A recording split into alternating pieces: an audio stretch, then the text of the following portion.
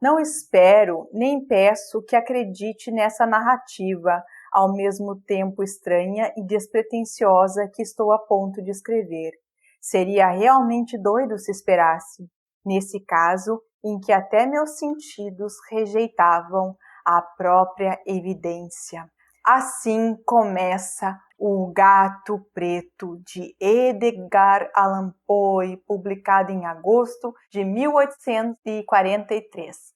E este é o vídeo da série Os Gatos na Literatura. É a primeira temporada.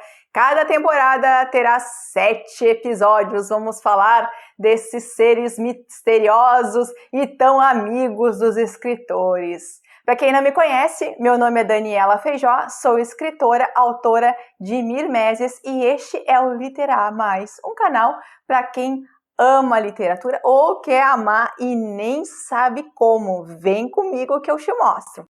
Vamos tratar do conto O Gato Preto. É um conto fantástico, é um horror como a ruptura da ordem estabelecida. Neste conto, Edgar Allan Poe vai nos conduzir a uma jornada da perversidade, né, do personagem central ali, o narrador. Então essa perversidade vai se dirigir aos animais e aos humanos também. O temperamento do narrador, ele vai modificando ao longo da narrativa. Eu vou fazer um breve resumo agora do conto e nós já vamos entrar para uma análise, tá bom? Então assim, o narrador, não coloca ali o nome, né? O primeiro parágrafo já dá o tom, né? Ele está sendo acusado, ele é um réu e está sendo acusado, inclusive, de loucura, porque no texto em inglês ele fala madness indeed. Além disso, está sendo acusado ali de loucura. Mas o texto em português, algumas versões que eu vi, isso não fica bem claro, tá? Além das outras acusações dele. Então, ele é um personagem dócil.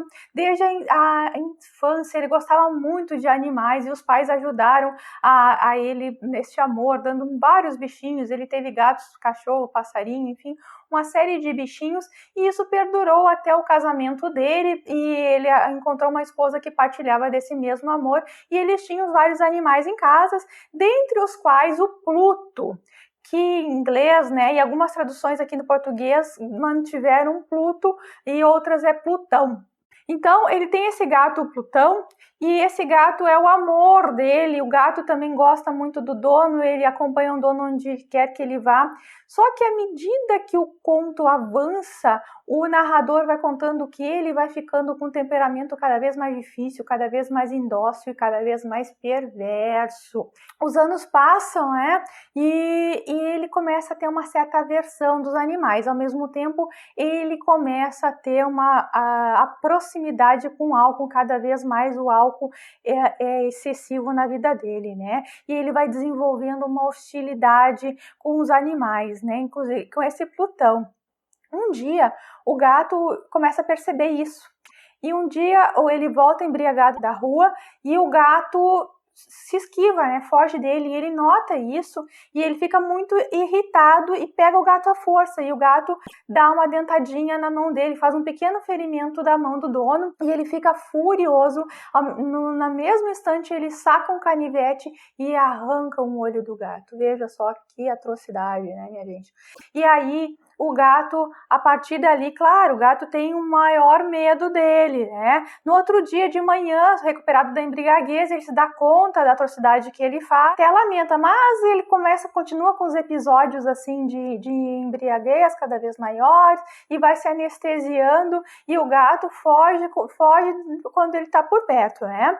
E até que um dia, essa fuga do bicho, e ele também vai desenvolvendo uma certa aversão para aquele gato que ele tanto gostava, e aí ele pega o gato e passa uma corda no pescoço do gato e enforca o gato numa árvore. Daí ele coloca assim, ó: assassinei o gato porque sabia que ele me tinha amado e porque eu não entendia muito bem que ele não me tinha dado razão alguma de queixa. Então, e no outro dia, a casa dele pega fogo.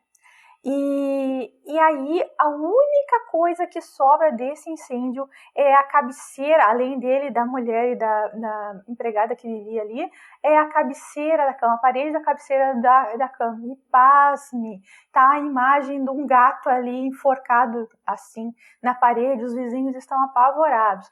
Aí, racionalmente, ele diz que aquela imagem que parecia sobrenatural é porque alguém deve ter jogado o gato pela janela para despertá-lo. Essa palavra despertar, ela vai ter um sentido, minha gente. Depois na análise vamos falar disso. Então, ele segue a vida, mas ele lamenta um pouco a morte do gato e resolve dar uma chance para ele mesmo melhorar o seu coração e procura um gato, né? E ele acha um gato muito parecido, uma noite também de embriaguez, num botequim, ele acha um gato que é preto, gigante como Plutão, e ele consegue levar o gato para casa. No outro dia, ele vê que o gato, além disso, tem um olho vazado. Ao invés de ele desenvolver um amor por aquele gato, ele vai desenvolvendo uma aversão, né? Contrariamente ao que ele esperava. E um dia o gato desce o porão da nova casa dele lá com a esposa também tá descendo essas escadas ali, e o gato começa a irritá-lo, e ele pega um machado para acabar com a vida do gato, e a esposa segura a mão dele e não deixa ele concluir o intento dele. Era fatal, ele ia matar o gato. Só que ele arranca da mão da esposa, assim, sem pensar, dá uma machadada na cabeça dela e mata a esposa, minha gente. E aí?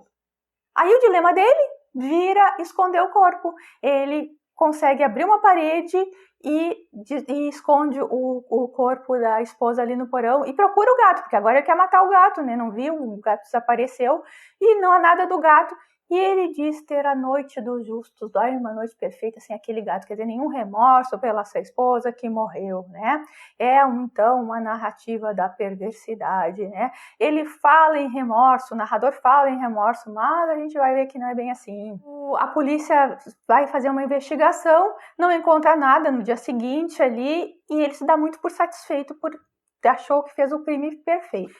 Porém, a polícia volta 4 dias depois e ele acaba se traindo e falando bem das paredes da casa, que eram muito sólidas, a polícia desconfia, e aí tem um som meio estranho, assim, um ruído, e a polícia abre a parede e está a mulher ali, né, já em decomposição, com o gato sobre a cabeça. Ele havia enterrado o gato vivo e o gato denuncia. Assim fecha esse conto, né? Então, vamos ver o que vai mudando aqui nesse conto. O temperamento do narrador, aliado ao excesso de álcool, vai fazendo com que ele tenha uma postura cada vez mais agressiva e irritadiça, né? São os impulsos destrutivos do sujeito e ele vai mirando no gato, colocando nos outros animais também da casa, mas especificamente o conto ele se volta para o gato, né? E o gato proporciona para ele o desprazer, né? Ele começa a se achar perseguido, uma síndrome meio persecutória ali, muita ansiedade, e ele acaba enforcando aquele gato, né? E o gato depois, quando incende, ele é usado para despertar. Vamos falar a palavra despertar. Do quê? Do fogo. Talvez alguém tenha jogado esse gato, racionalmente pode ter sido a conclusão que ele concluiu. Talvez tenha acontecido mesmo, né? A gente não sabe, né? E da atrocidade, despertar da própria atrocidade que ele cometeu. Ele tem momentos, né, que ele se desperta ali. Ele se diz lá no primeiro parágrafo que ele não é louco. Ó, estão, né, me acusando também de loucura, mas eu não sou louco. Então, ele coloca o doméstico e o ordinário ao lado do sobrenatural e o extraordinário. Então, o doméstico é como vai acontecendo a narrativa ali, são, né, com os animais, a vida doméstica dele na casa, e o extraordinário vem por conta desses eventos que ocorrem ali, do gato mesmo ser relacionado como um ser demoníaco, né? O gato se chama Plutão, né?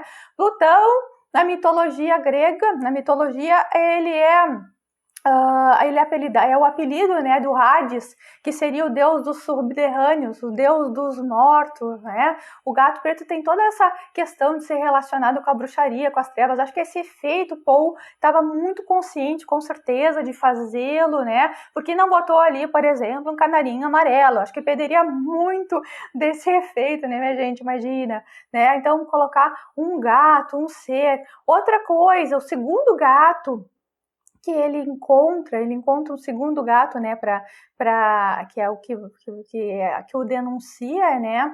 Esse gato ele tem uma mancha branca no peito. E essa mancha branca, depois, com o tempo, ele vai achando que é a forma de forca. Será que tem forma de forca? A gente não sabe. Mas o gato com mancha branca, ele existe na mitologia celta, que é o gato Xi, que é bem comum, né, lá na Irlanda e na Escócia, esses elementos dessa mitologia ali, né? E o narrador, ele diz que ele tem remorso, mas a gente vê que não é remorso que ele diz que tem remorso, mas para encobrir o coração duro, né, que ele tem. O temperamento do narrador, assim, ele vai do natural até o demoníaco, que é o efeito do sobrenatural, né? Ele vai se tornando vítima. Ele diz que ele se coloca no conto assim como se fosse uma vítima do seu próprio temperamento, do álcool, e o algoz ali seria, como ele bota para o outro, é o gato, e também até mesmo a esposa dele, ele vai ficando hostil com a esposa, né?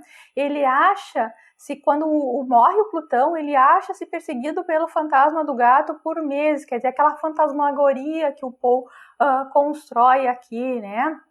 E ele diz que o gato é um monstro, esse gato é um monstro. Quer dizer, ele coisifica o animal, né? Então, todo o efeito do conto, dessa degradação do personagem, né? Dessa queda do personagem, e também da capacidade de um homem observar sua própria deterioração moral, né?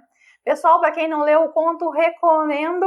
Se gostaram do vídeo, inscrevam-se aqui no canal, ative a sinetinha que a gente vai fazer outros, principalmente nessa série de gatos, hein? Quem gosta de gatos, mas eu não poderia deixar de abrir com este gato fantástico, um conto de horror do nosso mestre Edgar Allan Poe.